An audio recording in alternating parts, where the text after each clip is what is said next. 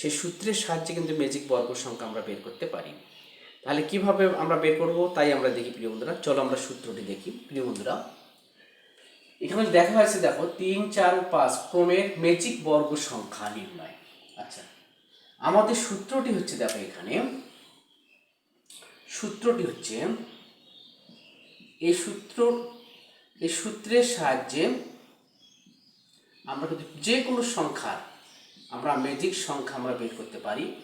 তা হচ্ছে কি n ইন্টু n স্কোয়ার যোগ 1 ভাগ হচ্ছে 2। এই যে সূত্রটা, এই সূত্রের সাহায্যে আমরা যে কোনো সংখ্যার আমরা ম্যাজিক বর্গ সংখ্যা আমরা বের করতে পারি। এখন দেখো আমাদের যে প্রথমে যে 3 আছে, 3 করে ম্যাজিক বর্গ সংখ্যা কত তাই আমরা বের করব। এখানে দেখো এখানে n হচ্ছে, এখানে n হচ্ছে ম্যাজিক বর্গ সংখ্যা, n ম্যাজিক বর্গ সংখ্যা, ঠিক আছে। এনটা হচ্ছে ম্যাজিক বর্গ সংখ্যা। তাহলে n আমরা তো 3 ক্রমের ম্যাজিক বর্গ সংখ্যা কত সেটা আমরা প্রথমে দেখব।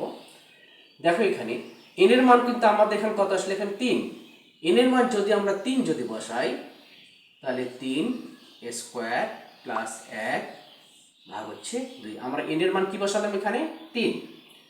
এখন দেখো তাহলে 3 কত আসলে 9 যোগ কত 1 ভাগ হচ্ছে কত 2। তাহলে 3 গুণন 9 আর 1 কত হলো 10 ভাগ হচ্ছে 2 তো 5।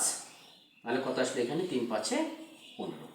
তাহলে আমরা দেখলাম যে 3 ক্রমের ম্যাজিক বর্গ সংখ্যা কত আমাদের 15। অনুরূপভাবে এখন দেখো এবার আমরা দেখব 4 ক্রমের ম্যাজিক বর্গ সংখ্যা কত। n এর মান আমরা কত বসাবো 4। n এর মান বসাবো আমরা 4 ইন্টু 4 স্কোয়ার প্লাস 1 ভাগ হচ্ছে কত 2।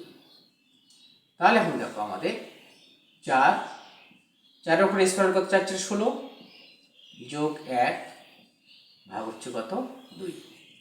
তাহলে এখন 4 গুণন 15 1 16 আর 1 কত হলো 17 ভাগ হচ্ছে কত 2। 2 দিয়ে কাটলাম এটা, 2 দিয়ে গুণ 4, তাহলে কত হলো 17 গুণ কত আসলে 34। তাহলে 4 ক্রমের ম্যাজিক সংখ্যা কত আসলে আমাদের 34।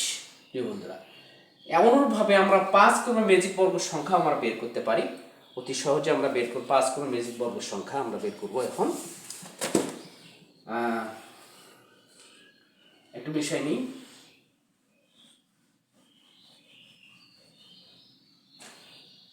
5 ক্রমের ম্যাজিক বর্গ সংখ্যা n এর মান কত লিখবো আমরা 5 লিখব। 5 5 এর উপরে স্কোয়ার যোগ 1 ভাগ হচ্ছে 2।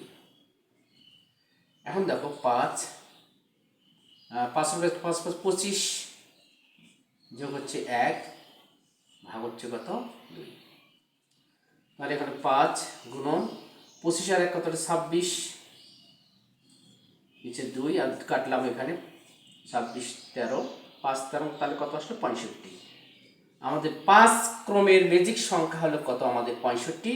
তাহলে 4 ক্রমের ম্যাজিক সংখ্যা কত পেলাম আমরা 34, এটা 4 এটা 4 এর পেলাম। আর 3 ক্রমের ম্যাজিক বর্গ কত পেলাম আমরা 15।